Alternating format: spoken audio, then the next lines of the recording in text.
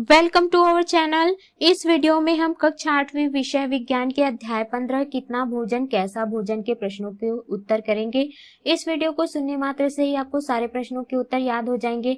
तो अगर आपने हमारे चैनल को अभी तक सब्सक्राइब नहीं किया है तो जल्दी से सब्सक्राइब कर लीजिए और इस वीडियो को लाइक कर अपने फ्रेंड्स को जरूर शेयर करें।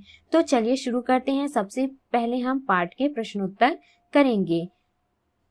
पहला प्रश्न है, जब बाजार से कोई तली हुई चीज जैसे सेव, भजिए, समोसे आदि कागज की पुड़िया में लाते हैं तो वह कागज पारदर्शक हो जाता है, ऐसा क्यों होता है? इसका उत्तर है, जब बाजार से कोई तली हुई चीज जैसे सेव, भजिए या समोसे आदि कागज की पुड़िया में लाते हैं तो वह कागज पारदर्शक इसलिए हो जाता है क्योंकि इन पदार्थों में वसा होती है।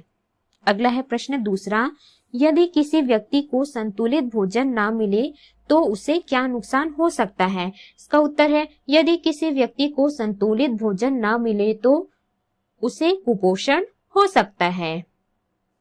प्रश्न तीसरा है, विटामिन ए, बी तथा सी किन चीजों में पाया जाता है? इनकी कमी से होने वाले रोग कौन कौन से हैं? का उत्तर है, विटामिन ए यह दूध, अंडे के पीले भाग, कलेजी, हरी सब्जियों, टमाटर और गाजर में पाया जाता है। इनकी कमी से रतौंधी नामक रोग होता है।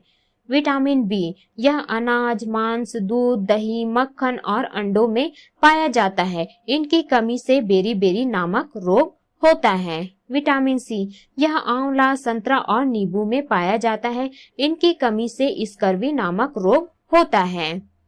प्रश्न चौथा है, नीचे दिए गलत कथनों को सही करके अपने शब्दों में लिखिए।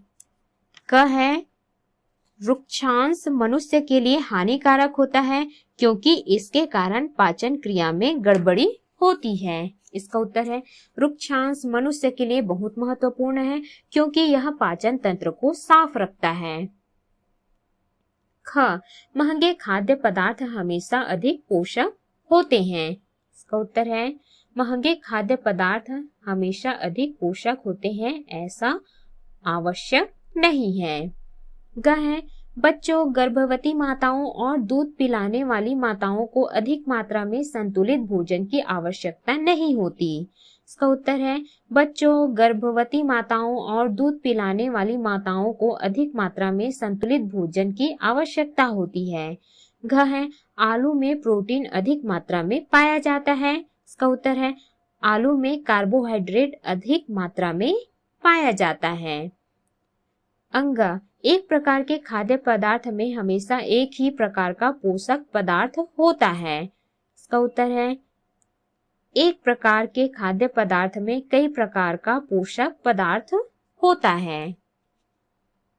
चाहे संतुलित भोजन में एक ही प्रकार का पोषक पदार्थ होना चाहिए। इसका उत्तर है, संतुलित भोजन में सभी प्रकार का पोषक पदार्थ होना चाहिए। चाहे हमारे शरीर को विटामिन और लवणों की जरूरत अधिक मात्रा में और कार्बोहाइड्रेट, प्रोटीन तथा वसा की जरूरत सूक्ष्म मात्रा में होती है। इसका उत्तर है, हमारे शरीर को विटामिन और लवणों की जरूरत सूक्ष्म कम मात्रा में और कार्बोहाइड्रेट, प्रोटीन तथा वसा की जरूरत अधिक मात्रा में होती है। प्रश्न पांचवा है, हरी सब्जियों, प्याज और मिर्च को सुखाकर परिरक्षित किया जाता है। ऐसी अन्य चीजों के बारे में पता करके उनकी सूची बनाइए जिनका परिरक्षण सुखाकर किया जाता है। इसका उत्तर है, हरी सब्जियां, प्याज और मिर्च के अलावा अनाज, धान, गेहूं, तिलहन, सरसों, मूंगफली, धनिया, हल्दी, बीज इत्यादि को सुखाकर परिरक्षित किया जाता है। प्रश्न छठवां है, ऐसी चीजों की सूची बनाइए जिन्हें आपके और पड़ोसियों के घरों में नमक लगाकर सुरक्षित किया जाता है। इसका उत्तर है, नमक लगाकर सुरक्षित किया जाता है नींबू, आम और आंवला का अचार, हरी मिर्च, गाजर, अदरक इत्यादि।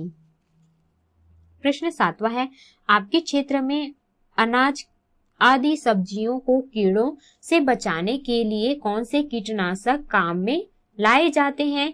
इसी प्रकार अनाज को घर में सुरक्षित रखने के लिए उसमें क्या डालते हैं? इसका उत्तर है, अनाज और सब्जियों को कीड़ों से बचाने के लिए DDT और BHC दवाई का छिड़काव काम में लाए जाते हैं।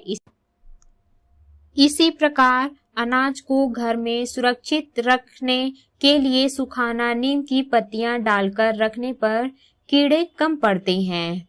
प्रश्न 8वां, देखा जाता है ज्यादातर व्यक्ति संतुलित भोजन नहीं करते, इसके क्या क्या कारण हो सकते हैं, आप इन्हें क्या सुझाव देंगे? इसका उत्तर है ज्यादातर व्यक्तियों के भोजन नहीं करने के कारण निम्न है। पहला, ज्यादातर व्यक्तियों के भोजन में एक या दो पदार्थ मुख्य होते हैं, जैसे चावल, गेहूं, मक्का, बाजरा, कोदो, कुटकी आदि।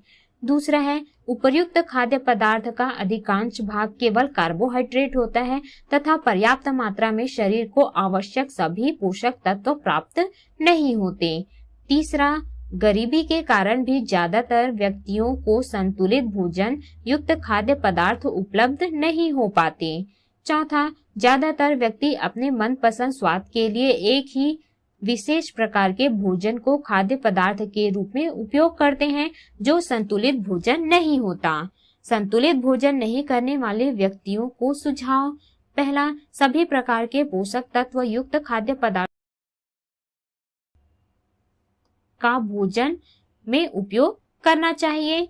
दूसरा, केवल एक ही प्रकार रुचिकर खाद्य पदार्थ का उपयोग भोजन में नहीं करना चाहिए। प्रश्न 9वां, स्वच्छ पारदर्शी जल सदैव पीने योग्य होता है, टिप्पणी लिखिए। इसका उत्तर है जल देखने में हमें स्वच्छ प्रतीत होता है, उसमें रोगवाहक सूक्ष्म जीव तथा घुले हुए अपद्रव्य हो सकते हैं, अतः पीने के पहले जल को शुद्ध करना आवश्यक है। अतः स्वच्छ पारदर्शी जल सदैव पीने के योग्य नहीं हो सकते हैं। प्रश्न 10वां है, जल को पीने योग्य बनाने की विधियां कौन कौन सी हैं, लिखिए। इसका उत्तर है जल को पीने योग्य बनाने की विधियां। पहला, जल को शुद्ध करने की सामान्य विधि रासायनिक विधि क्लोरीनीकरण है। यह जल में क्लोरीन की गोलियां अथवा विरंजक चूर्ण मिलाकर किया जाता है, किंतु क्लोरीन की गोलियां हमेशा निर्धारित मात्रा से अधिक नहीं डालना चाहिए। दूसरा, नगर निगम अथवा नगर पालिकाएं घरों में आपूर्ति करने से पहले जल का उपचार करती हैं। तीसरा, घरों में जल को कैंडल फिल्टर के उपयोग से छनन द्वारा अपद्रव्यों को दूर किया जाता है, यह एक प्रचलित भौतिक विधि है।